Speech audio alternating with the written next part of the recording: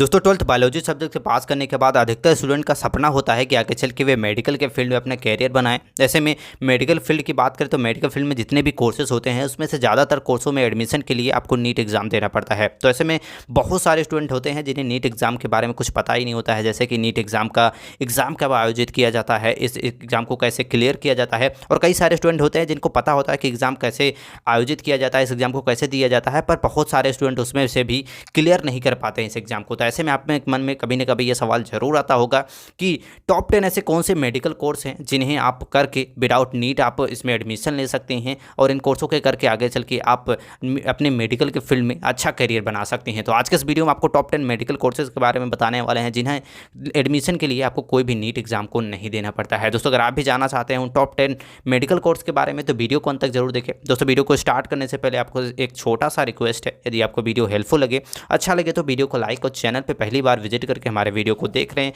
तो चैनल को भी सब्सक्राइब कर ले, क्योंकि करियर से रिलेटेड यहाँ पे आपको मिलती रहती है। आइए वीडियो को स्टार्ट करते हैं। दोस्तों टॉप 10 मेडिकल कोर्सों में से पहला कोर्स है आपका पीएससी नर्सिंग का कोर्स। दोस्तों इस कोर्स में एडमिशन के लिए सबसे पहले आपका 12th पास होना चाहिए। 12th में आपका पीसीबी यानी कि फिजिक्स केमिस्ट्री बायोलॉजी होना चाहिए और कम से कम 55 से 60% मार्क आपका 12th में होना चाहिए। दोस्तों इस कोर्स में एडमिशन के लिए सबसे पहले अपना 12th पास करना होता है। 12th पास करने के बाद आपका 12th में पीसीबी होना चाहिए और 12th पास जैसे ही आप कर लेते हैं इस कोर्स में एडमिशन के लिए आपको कोई भी इंट्रेंस एग्जाम वगैरह नहीं देना पड़ता है। कई सारे कॉलेजेस द्वारा डायरेक्ट आपका एडमिशन लिया जाता है, जैसे कि जिस कॉलेज में आप एडमिशन लेना चाहते हैं उस कॉलेज द्वारा इंट्रेंस एग्जाम का आयोजन किया जाता है जिसे आपको क्लियर करना होता है, या फिर कई सारे ऐसे भी कॉलेजेस होते हैं जहाँ पे डायरेक्ट एडमिशन आपका हो जाता है। इसके बाद इस कोर्स की बात करें तो 4 साल का यह कोर्स होता है जिसमें 8 सेमेस्टर आपको पढ़ने होते हैं। 4 साल इसकी पढ़ाई करने के बाद बीएससी नर्सिंग कोर्स की डिग्री आपको मिल जाती है। दोस्तों अगर आप आगे चल के नर्स बनना चाहते हैं तो आप इस कोर्स को कर सकते हैं। दोस्तों इस कोर्स की फीस की बात करें तो 20,000 रुपये से लेकर 2.5 लाख रुपये प्रति ईयर इस कोर्स की फीस पड़ जाती है। बेसिकली इस फीस की बात करें तो डिपेंड करता है कि इस कॉलेज या फिर किस राज्य से इस कोर्स को आप कर रहे हैं।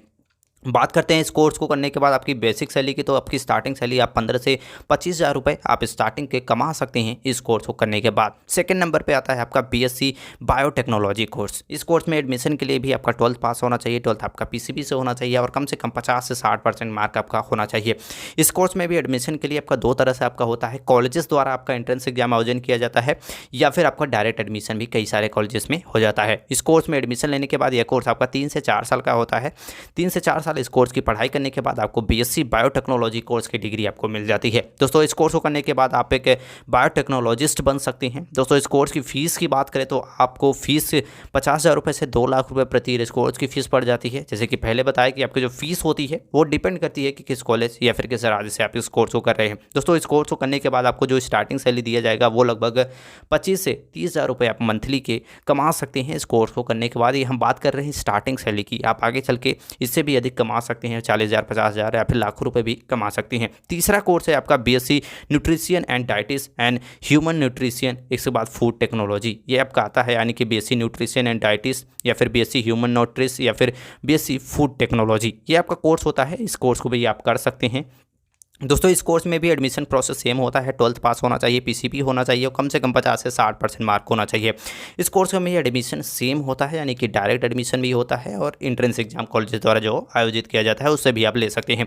दोस्तों इस कोर्स में भी एडमिशन लेने के बाद यह कोर्स आपका 3 से 4 साल होता है। तो 3 से 4 साल इसकी पढ़ाई करने के बाद आपको बीएससी न्यूट्रिशन एंड डाइटिस या फिर बीएससी ह्यूमन न्यूट्रिशन या फिर बीएससी फूड टेक्नोलॉजी कोर्स की डिग्री आपको मिल जाती है। दोस्तों इस कोर्स के करने के बाद आप एक न्यूट्रिशियंस बन सकते हैं, फूड टेक्नोलॉजिस्ट बन सकते हैं। तो आइए बात करते हैं इस कोर्स की फ़ीस की। तो इस कोर्स की फ़ीस आपको 20,000 रुपये से लेकर 2 लाख रुपए आपको प्रति ईयर इस कोर्स की फ़ीस देनी पड़ सकती है। इसके बाद बात करें सैलरी की, तो इस कोर्स को करने के बाद आपकी जो स्टार्टिंग सैलरी रहने वाली है वो लगभग 20 से 30,000 रुपये आप मंथली के अर्न कर सकते हैं इस कोर्स को करने के बाद। चौथा कोर्स आता है आपका बीएससी एनिमल हस्बेंड्री एंड डायट्रिक्स। ये कोर्स की बात करें तो इसमें भी आपका 12th पास होना चाहिए। 12th में आपका पीसीबी होना चाहिए और कम से कम 50% मार्क आपका 12th में होना चाहिए। दोस्तों इस कोर्स में भी एडमिशन प्रोसेस आपका सेम होता है, डायरेक्ट एडमिशन और एंट्रेंस एग्जाम दोनों। दोस्तों आपको कोई भी नीट का एग्जाम नहीं देना पड़ता है, बस कॉलेजेस द्वारा जो एंट्रेंस एग्जाम आयोजित किया जाता है उसको आपको क्लियर करना पड़ सकता है। दोस्तों इस कोर्स में एडमिशन लेने के बाद यह कोर्स भी आपका 3 से 4 साल का होता है, जिसका वो पढ़ाई करने के बाद आप एक एग्रोनॉमिस्ट बन सकते हैं, आप एग्रीकल्चरल बन सकते हैं, एग्रीकल्चरल साइंटिस्ट बन सकते हैं। तो ये सारे आपके पास करियर ऑप्शंस होते हैं BSc animal husbandry and डायट्रिक्स course को करने के बाद। दोस्तों इस कोर्स की फ़ीस की बात करें तो आप 50,000 रुपये से लेकर 2.5 लाख रुपए इस कोर्स की फ़ीस पड़ जाती है। और इस कोर्स को करने के बाद सैलरी की बात करें तो सैलरी 20 से 25,000 रुपये आपकी स्टार्टिंग सैलरी रहेगी, अगर आगे चल के आप इससे अधिक भी कमा सकती हैं। दोस्तों 5वां कोर्स आता है आपका बीएससी साइबर फॉरेंसिक्स। इस कोर्स की बात करें तो 12th पास होना चाहिए, 12th आपका पीसीबी से होना चाहिए और कम से कम 50 से 60% मार्क आपका होना चाहिए इस कोर्स में भी। इसमें भी एडमिशन प्रोसेस सेम होता है, कॉलेजेस द्वारा एंट्रेंस एग्जाम को क्लियर कर सकते हैं या फिर आप डायरेक्ट एडमिशन भी इन कोर्सों में ले सकते हैं। यह कोर्स भी आपका 3 से 4 साल होता है, यानी कि 3 से 4 साल इस कोर्स की पढ़ाई करने के बाद आपको बीएससी साइबर फॉरेंसिक्स की जो डिग्री होती है वो आपको मिल जाती है। दोस्तों इस कोर्स को करने के बाद आप फॉरेंसिक साइंटिस्ट बन सकते हैं। दोस्तों इस कोर्स की फ़ीस की बात करें तो 30,000 रुपये से लेकर 2.5 लाख रुपए प्रति ईयर इस कोर्स की फीस आपको पड़ जाती है। वहीं अगर आप बात करें स्टार्टिंग सैलरी की इस कोर्स को करने के बाद तो 25 से 60,000 रुपये आप मंथली के अर्न कर सकते हैं। दोस्तों इसमें यह है कि आप फॉरेंसिक साइंटिस्ट आप गवर्नमेंट में अगर आप जॉब करेंगे तो 50 से 60,000 या फिर इससे भी देख कमा सकती हैं एक फॉरेंसिक साइंटिस्ट बन के। नेक्स्ट कोर्स आता है आपका बीएससी आपका फिशर्स। दोस्तों इस बात करें तो जो फिशर्स का कोर्स होता है बीएससी का वो 12th पास होना चाहिए और 12th में पीसीबी होना चाहिए, कम से कम 50 से 60% मार्क आपका होना चाहिए। कोर्स भी आपका एडमिशन प्रोसेस सेम होता है, यानी कि एंट्रेंस एग्जाम को क्लियर करें या फिर आपको एंट्रेंस एग्जाम नहीं क्लियर करना है तो डायरेक्ट एडमिशन भी इस कोर्स में मिल जाता है कई सारे कॉलेजेस में। ये कोर्स भी आपका 3 साल का होता है। बात करें इसमें जॉब की तो आप इस कोर्स को करने के बाद आप एक मरीन बायोलॉजिस्ट बन सकते हैं, आप फिशर साइंटिस्ट बन सकते हैं। तो ये सारे करियर ऑप्शंस भी होते हैं और कई सारे और भी ऑप्शंस होते हैं इन कोर्सों को करने के बाद। दोस्तों इस कोर्स की फ़ीस की बात करें तो 10,000 रुपये से लेकर 3 लाख रुपये इस कोर्स की फ़ीस पड़ जाती है, प्रति ईयर कोर्स की फ़ीस बात कर रहे हैं। और बात करें इस कोर्स को करने के बाद आपकी सैलरी की तो आप 20 से 40,000 रुपये मंथली के अर्न कर सकते हैं इस कोर्स को करने के बाद। दोस्तों 7वां कोर्स आता है आपका बीएससी कार्डियोवास्कुलर टेक्नोलॉजी। इस कोर्स में एडमिशन के लिए 12th पास होना चाहिए, 12th आपका पीसीबी से होना चाहिए और 50 से 60% मार्क आपका होना चाहिए। दोस्तों मैक्सिमम जो कोर्सेज होते हैं उनके यही रिक्वायरमेंट होता है, 12th पास होना चाहिए, पीसीबी से होना चाहिए और 50 से 60% मार्क आपका होना चाहिए।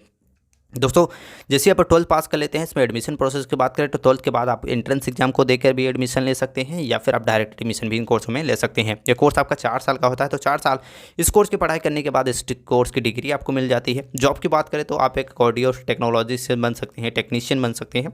तो ये जॉब आप कर सकते हैं इस कोर्स को करने के बाद। कोर्स की फ़ीस की बात करें तो 20,000 रुपये से लेकर 2.5 लाख रुपये प्रति इस कोर्स की फ़ीस आपको पड़ जाती है। वहीं बात करें इस कोर्स को करने के बाद आपकी सैलरी की तो 30,000 से 60,000 रुपये आप मंथली के अर्न कर सकते हैं इस कोर्स को करने के बाद। 8वें नंबर पे आपका कोर्स आता है आपका बीएससी एग्रीकल्चरल साइंटिस्ट की। इस कोर्स को करने के लिए 12th पास होना चाहिए, 12th में पीसीबी होना चाहिए और कम से कम 50 से 60% मार्क आपका होना चाहिए। इस कोर्स में एडमिशन प्रोसेस भी सेम होता है, यानी कि आपको एंट्रेंस एग्जाम दे सकते हैं कॉलेज द्वारा जो आयोजित किया जाता है या फिर आप डायरेक्ट एडमिशन ले सकते हैं। यह कोर्स भी आपका 4 साल का होता है। दोस्तों इस कोर्स को करने के बाद आप एक एग्रोनॉमिस्ट बन सकते हैं, आप एग्रीकल्चरल साइंटिस्ट बन सकते हैं। तो ये सारी जॉब अपॉर्चुनिटी आपके पास होती है। और फीस की बात करें तो 30,000 रुपये से लेकर 2 लाख रुपये प्रति ईयर इस कोर्स की फीस भी पड़ जाती है। इस कोर्स को भी करने के बाद आप 20 से 25,000 रुपये मंथली के अर्न कर सकते हैं। नेक्स्ट कोर्स होता है आपका 9वें नंबर पर आपका बैचलर ऑफ ऑक्यूपेशनल थेरेपी। दोस्तों इस कोर्स की बात करें तो इसमें भी आपका 12th पास होना चाहिए, 12th आपका पीसीबी से होना चाहिए और 50 से 60% मार्क आपका होना चाहिए। इसमें भी डायरेक्ट एडमिशन भी ले सकते हैं, एंट्रेंस एग्जाम के जरिए भी एडमिशन ले सकते हैं। यह कोर्स आपका 4 साल का होता है, तो 4 साल इसकी पढ़ाई करने के बाद आपको बैचलर ऑफ ऑक्यूपेशनल थेरेपी इस कोर्स की आपको डिग्री मिल जाती है। इसमें जॉब की बात करें तो इसमें आप ऑक्यूपेशनल जो थेरेपिस्ट होते हैं वो बन सकते हैं आप। इस कोर्स की फ़ीस की बात करें तो 15,000 रुपये से लेकर 2.5 लाख रुपये प्रति इस कोर्स की फ़ीस पड़ सकती है।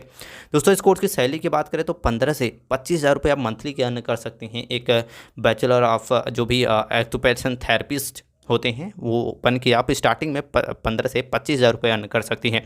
10वें नंबर पे आपका कोर्स आता है जो काफ़ी इंपॉर्टेंट है, बैचलर ऑफ फार्मेसी। दोस्तों बी फार्मा, जिसका नाम तो आपने सुना ही होगा। दोस्तों बी फार्मा भी एडमिशन के लिए 12th पास होना चाहिए, 12th आपका पीसीबी से होना चाहिए, 50 से 60% मार्क आपका 12th में होना चाहिए। दोस्तों इसमें भी एडमिशन सेम होता है, डायरेक्ट एडमिशन भी ले सकते हैं या फिर कई सारे कॉलेजेस द्वारा एंट्रेंस एग्जाम किया जाता है, इसे क्लियर करना होता है।